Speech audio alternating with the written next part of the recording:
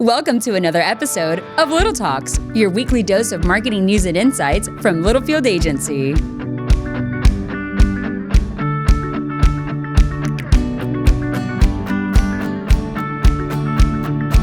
Welcome back to another edition of Little Talks with Littlefield Agency. I'm Sam Littlefield. With me is my boy, Roop, there he is. It's good to be back on the pod. It's an interesting week at the agency. We have been taken out by the flu. Yeah. It's like a massive Midwest thing. I hope you that are listening are not sick. Like 7 people out. At least. Mm-hmm. And a lot of kids are out. Our kid goes to school at a place called Marquette, and they had 80 students out yesterday. 80. How many students do they have total? 300. Oh, That's so a third, nearly almost a third. Yeah. It's insane. I think there were 89 out on Friday. So that statistically they're doing a little bit better. But anyway, if you are experiencing the flu, the stomach bug is going around. It's like everything is going around. My right arm's fluttering. If it was my left, I'd be out of here and go get it checked. I was telling Rocco if he and I were going to get sick, though, it would have already happened. He was traveling through an airport last week. I've been to the casino 4 times in 10 days. I had a sinus infection a couple weeks ago, and I'm good now, except for the lingering cough. Yeah, you were a little off last week. But Katie Kite said that her doctor says everyone's going to get it. So stay tuned if Root makes it or not. I don't know her doctor. It's kind of crazy. Well, he is a doctor. Hey, it is Claude's 1-year anniversary tomorrow. 1 year, Claudia. Turning on the applause herself for herself. I will give Claude credit. She means strictly business. She's not been letting Roop and I mess around this morning. Claudia has part of her it's pretty awesome. Part of her job upgrades for this year is learning how to set up the studio for podcasts under the tutelage of Brandon. And today tutelage. Quite the word there. I think I said it right. I think you did too. It's 50-50. And today she set up all the lights and the equipment, the cameras and recording. We think about 97% herself. Oh, wow. So we're up 2%. Well, yeah, Brandon made it easy for me. Brandon, he's made it really, really easy. We have a janky tripod we need to replace. The whole thing is, we're going to allude to this in a little bit, it's kind of reimagining, what Claude brings to the table on top of her day job, but trying to cut some time out because Brandon's a very, very busy man. So, Claude, thank you. 1 year, dude. Did it fly by? Oh, yeah. Yeah? In a good way? Yeah. Okay, that's good. You're enjoying it? I love it. Okay. It's been great. What's your the favorite of loving thing? It right there. What's your favorite thing about working with Roop? First thing that comes to mind. First thing that comes to mind, he's very understanding. You wouldn't expect that, would you? Actually, no, I would. You're a pretty understanding person. Oh, thanks. Now, what's your least favorite part about Roop? I don't have a least favorite. Okay, what's your biggest... See, we haven't done a review yet. It's Friday. Pet peeve. What's your biggest pet peeve of Roop? Pet peeve? Yeah. Does he do anything crazy? I don't think so, Nothing? to be honest. I mean, I think we're a really good team, so it's just nothing. Sam, I'm pretty cool. Yeah. Oh, his coffee mug that he never washes. Yeah, oh, there you go. There we go. Now we're talking. We're talking. Really weird. If you're watching the video, Roop has a green Hulk coffee mug that I've had it for 10 years. I was say I've been here for 9 years, and he's had it all 9 years. Maybe more. It goes through the dishwasher maybe once a month. That's only if Sarah comes and takes it off my desk and does it. Yeah. So he and by the way, do you use soap when you kind of rinse it out? Sure, a little bit. Maybe a little bit. Yeah, just a lot of water. So, but you're one of the few that are not sick, so your immune system's fantastic. Mm-hmm. Yep. Well, Claude, happy 1 year. It's been great having you here. Thank you. You're a wonderful addition to the agency. Thank you. We talked about reimagine. Today we've got a really cool topic that is marketing focused, but we also think it's good for you to see kind of how we operate as an agency. So topic number 1, Claude, and that is reimagining B2B branding. Why did you bring this as a topic this week? I think it's a great one. Well, I was looking through we have a slate of topics. I kind of keep a roster of topics coming up. And then sometimes I change them around and we fill out the script, or things change in the world and we just have to move it around. This one's been on there for a while, reimagining B2B branding. But it was originally going to be something else. It'd be like how we approach it and all this. Yeah. And I thought, no, that's true. We can talk about that some. It's part of reimagining for sure. But we were recently honored with another award. Yes. And I thought, we've reimagined ourselves. We reimagined how we do our work. We reimagined how we work with clients. And I think maybe it's worth kind of just letting people know what that means, what it means to us. There's a bonus at the end. Oh, wow. We're going to talk about our battle cry, which is a little different. Yeah. No, I like that. I know the bonus. Yeah, we won last year. We were super hyped. And I think, shocked, maybe. I was. We won one of Ad Age's Best Places to Work awards for 2024. We were number 12 out of 25. Out of 25. For companies with fewer than 150 employees. There it is. We got that again 2 years in a row. We got it this year as well. So we've been honored with the Best Places to Work award twice. And we cracked the top 10. Which is freaking awesome. We're number 10. Yep. Moved up a little. So we moved up 2 spots. And so we're back-to-back 2024, 2025 Ad Age Best Places to Work. We got to announce it last Monday, which is super exciting. And but one reason I think Roop brought this up, culture, like we're so proud of our culture. A lot of people are like, oh, how'd you build it? That's a tough question to answer because it's very methodical. It's very authentic. It's not like we're just like preaching culture 24/7. It's in large part people like Claudia, right, who've been here for a year and just from the get-go we're a natural good fit. But what we want to talk about today is reimagine. I want to take you back to the summer of 2020. A lot of you, that's a pain point, right? That was the summer of the pandemic, right in the heart of it, right after the world shut down. And it was really interesting. We were doing B2B work. Luckily, by the grace of God, being in the B2B space, our clients were essential workers. Mm-hmm. Their equipment could still be operating on job sites. They never skipped a beat during COVID. And they were mostly outdoor equipment. Outdoor equipment, right? So for social distancing, et cetera. We had those clients, and that was it. And we had a lot of free time on our hands. It was a very scary moment. But we took that time. We said, okay, we had just cut a department. We were adding a department, media and analytics, which is now one department, and it's a total success. But we went from 25 employees to 16 employees that year. And the 16 employees that we had, love my father. He ran a great business for 40 years, but it was always top down. And of course, there's decisions that we have to make as an executive group on behalf of the agency, looking out in the future. But we decided to take that summer of 2020 and let everyone at the agency have a say on what we stand for, our brand purpose, right? It boiled down to, it was some great group sessions, some pizza was had, a lot of thought-provoking conversations. And then Roop and Rocco and Brock kind of synthesized that information, and at the end of the day, it said that we stand for reimagination. I give, honestly, I'm going to give straight up just Rocco credit for that. My memory of it is that we had some kind of different versions of it, and he really singled in on that one word, that reimagine concept. Which, weirdly enough, I hear the word reimagination a lot now, and maybe I'm just in tune with it because it's our brand purpose. I've been here 13 years, 13 this year, 14, I don't know. Mm-hmm. But I think 14. We've had different kind of mottos or brand purposes or things like that over the years. This one's really stuck. Yeah. And I think it's because it really kind of hit the honest truth of what we try to do. It's true to who we are. Yeah. And the cool thing is, and we'll get to this in a second, it's very relevant to our clients, right? Yes. It's why they hire us. And what I loved about it, and what I loved about the honesty and Rocco, kind of unveiling this to the exec group, he was like, hey, there's an agency, Shy It Day. They're pirates. By the way, right? hang on. Rocco is our creative director. Rocco's for people that don't normally follow He's the been agency. here. He celebrates 20 years in May. Yes. Thank you for that clarification. Well, we looked at a lot of agencies. What are they doing? Shy It Day, fabulous agency. They're pirates. They're ruffling feathers. They're doing. That's not us. We're not pirates. That's cool though. That's super cool. That's not us. It's very badass, but it was not us.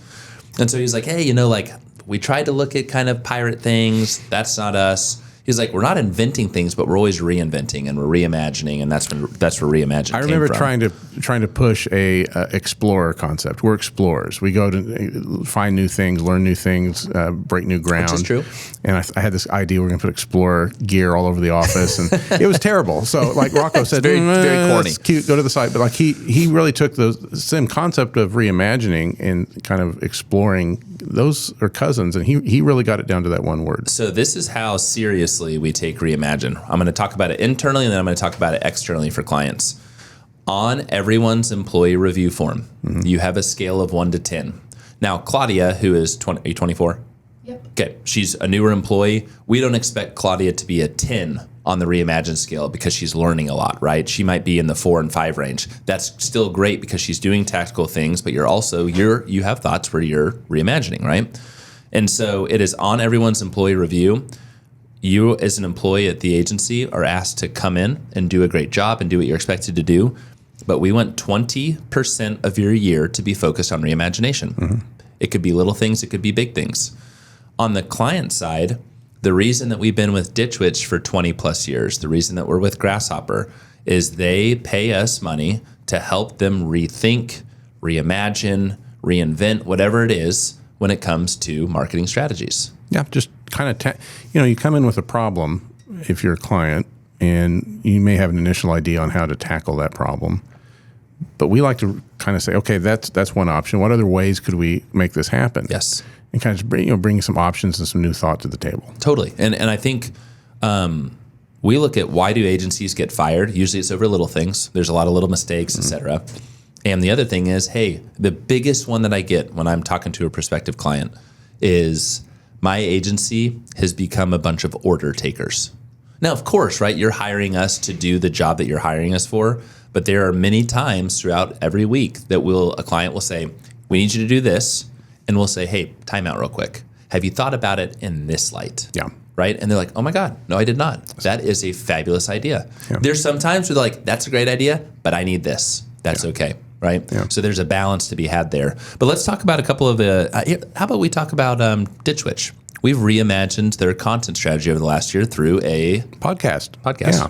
So they're finding, the goal, they're finding ways to keep the brand in front of their audience and find new channels to reach them in, and podcasts fit the bill for them. So that was a reimagining of, we were approaching content with them in a kind of traditional way, and they were one of the first to say, hey, let's try something new. And I'm glad they did. It's going good. By the way, Season 2 is going to be fantastic. I can't get. What'd you call the first 4 episodes? Dynamite, yeah. Firecrackers. I can't wait for that, which should launch the end of this month, first of Super next. cool. So yeah, we brought a virtual reality experience to Ditch Witch years ago for one of their largest international trade shows. That was a massive success. They took a chance on it. We built a business case for it. Took us a couple of years to convince them that it was worth pursuing. Obviously, that's not a cheap endeavor. And it was a total success, right? That's a large scale example of reimagining a trade show for a client that has been a client of ours for more than 2 decades. I'll give you a small scale version. Please. They probably don't think it's small scale, but the media team is in a constant state of reimagining every day. Yeah, so they have a media plan and they're executing it, but they're also reimagining it in real time as they move along, as new opportunities or things present themselves. They're kind of in a constant state of reimagine on media. Absolutely. Which you wouldn't think, but it's Chris incredible. Chris and Melissa have completely reimagined the way we approach analytics, measurement planning. I mean, it's pretty phenomenal. So again, you're thinking, all right, I'm a B2B marketer. What does reimagine mean to me? In what has become a pretty commoditized space is you gotta break apart and do something different. Those are our best clients, or ones that want to be challenged and want to do something different. And so as you work with your internal teams, as you work with agency partners, right, you need to be pushed. We'll get to that here in a little bit as we talk about our battle cry. But your job, you have to be reimagining, especially at the rate of change that everything is moving these days. It's just insane. And I will say, back to the culture thing we started on the top there, I think we do our best reimagining with clients that kind of have a shared culture with us. Yeah, right. True. So that's I was on a I don't remember the name of it. Sorry, ma'am. I was on a podcast a couple weeks ago. Oh, that's right. Yeah, should be out any day. She's not Cool. sent me the link. And we talked a little bit about that, about like how do you find clients that you work good with? And I said, well, I think we've established a good culture here, and we either find or and kind of know pretty quick whether that's a good lineup with us or not. So the culture thing seems kind of like, oh, well, it's culture, whatever, guys. But no, it's really important, and it's part of the fabric of what we do for our clients and internally for ourselves. Those synergies on the client side and the agency side are so important. We do our best work with clients that really value us and appreciate us. We've worked with clients in the past that did not, and our team's defeated, and that's tough, right? We want to bring great and resilient and cool and new and different ideas to push your brand. And I think it's important, right?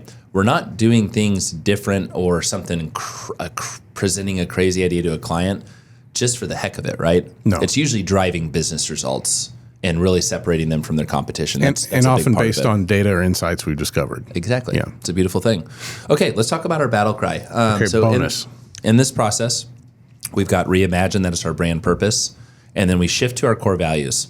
Anyone that knows me, I'm a big LFG guy. Let's freaking go is what LFG stands for. The stickers are all over the office. Stickers are all over the office.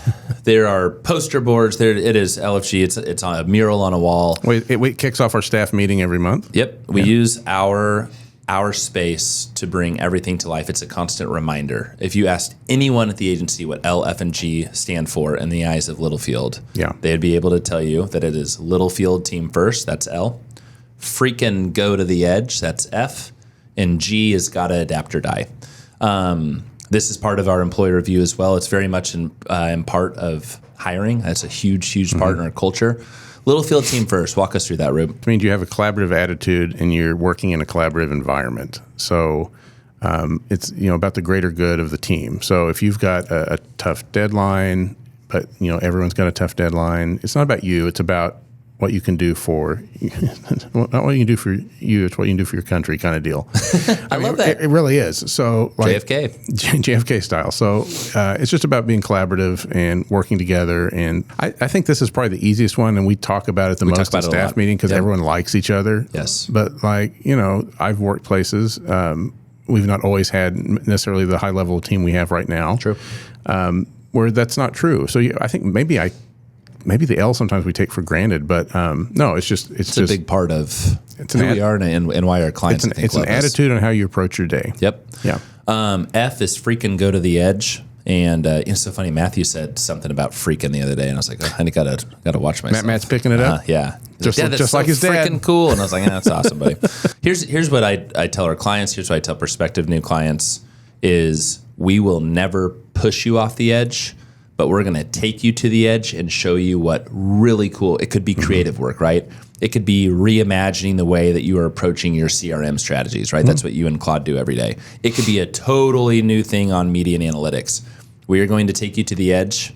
We will not push you off the edge, but when you're ready to fly, we're going to help you fly off that edge and do some really cool things. And I think, especially in the B2B world, it's kind of generally seen as very conservative and just kind of stays in their lane, maybe. That concept of us taking clients to the edge and showing them what more they could do and how successful they could be with it is a differentiator for us. Yes. I think the F definitely is. Yes, we will always take our clients to the edge.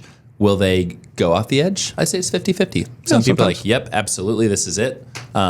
We need some leeway and some flexibility, but we're going to get there. And there's some clients that are like, that is awesome. We can't do that. Right. That's okay. And that's fine. Because, again, it's our job in a reimagination sense of taking you there. The last thing, gotta adapt or die. We celebrate 45 years in business in June. We would not be around as an agency if we weren't constantly adapting and evolving. Your brand would not be around if it wasn't from an R&D standpoint, right? Always thinking and maneuvering. Look at the last 5 years. Look at where we were during COVID. Look where we were last year at the dawn of AI, and look where we are now, right? It is always shifting, and it is always moving and always changing, and that is why, in part, we podcast. Right? To stay on top of these trends. What Philip does now is going to be a lot different in a year from now. Philip's our developer, everyone. Yep. He does the complicated code work, yeah. But he is, we think we're going to shift him into an AI role here in the next year or two, right? That's the way that this business is going. I think in my could be sooner. I think in my time here I've had 4 different titles. Yeah. Which I don't really think too much about until I look back at my career here so far. But definitely, did we look this up? Is Littlefield the oldest or the second oldest agency in Oklahoma? I think we're the second oldest. Yeah. Yes. That's not for nothing. Mm-hmm. I mean, that concept and that fabric of being flexible and nimble and adjusting has kind of always been in the DNA of the agency, even when your dad was running it. So I love that G, that it got adapt or die. We look at that internally as we take on new challenges and new things present themselves. For ourselves and for clients. Yeah. But I also like that it's kind of always been here, and now we've found a way to label it and kind of understand it better. Look at our clients, right? We have some clients, Ditch Witch is a good example. They invented the trencher, right? They were a trenching company. Now their sales are coming from a lot of other product lines that are not trenchers. That's because their company has identified other sales opportunities, have invested some great R&D dollars, and they're moving along. Those are some great clients that are focused on things. That vision, that foresight is so important. You guys are doing that. Prospective clients that are listening, our current clients that are listening. It's how do we stay in business and keep going for the next decade and many more decades to come. So here's the thing. We share this with you. it's important for you to know us and what we stand for as an agency. It's important for you to be thinking about what you're doing as an internal marketing team. Your marketing team has a seat at the strategy table for your overall company. How are you aligning with sales and operations, et cetera? How are you driving business, driving results? We think if you can focus on these things and put your heads down, the rest will follow. And all of a sudden you're making more money and you're growing as a company. The energy is good. And that's a really nice recipe for just a great culture and a great company. That's how you LFG. That's how we LFG, baby, all day long. If you ever want to talk about this, obviously we're very passionate about this. Everyone at the agency is. I especially am. And we're always open for a good conversation because you got to focus on these things to keep moving your business along. Yeah. Roop, I love it, dude. How long has this been on the shelf for? About 2 months. Nice. Yeah, not too bad. This is a good one. Not too bad. I think it's great. Seemed right now since we got the honor. Yeah. Again. No, that sounds great. And you know what? It's so funny. Everyone's like, "Oh, hey Sam, congratulations." Not a me thing. It's our agency. So congrats to you and to Claude and to Brandon and to our entire agency. And now I've got my eyes set on a three-peat, man. Don't jinx it. Not jinxing it. The fact that we won back-to-back is incredible. Yes, it is. Okay. If you're in the Midwest, if you're in the nation, if you're international, stay well, right? My goodness, all this sickness and crap. Take your vitamins. Take your vitamins. Roop was telling me about fish oil. I guess I got to look into that. That's for a different problem, but yeah. But anyway, stay well. I saw something the other day. It was like 30 or 45 days from now, the sun will set after 7 p.m. And I was like, oh, take me there, man. I'm ready. Did you go for a walk yesterday? It was like 70 degrees here. Yeah, I took Matthew's learning how to ride his little training wheel bike, and it's awesome. Yeah. And we did a little lap ride. It was gorgeous. And then today it's like 45 again. And it's 45. But that's, I was like, it's February. So what are you going to do? Claude, happy Annie. Thank you. We love having you here. Roopster, my friend, always a pleasure. Always a pleasure, Sam. And to our guests and to our listeners, thank you so much. We'll see you next time. Adios. Bye-bye. And that's a wrap. We hope you've enjoyed our little chat and found ways to grow your own marketing strategies. Remember to subscribe wherever you listen to podcasts and follow us on social media @Littlefield Agency.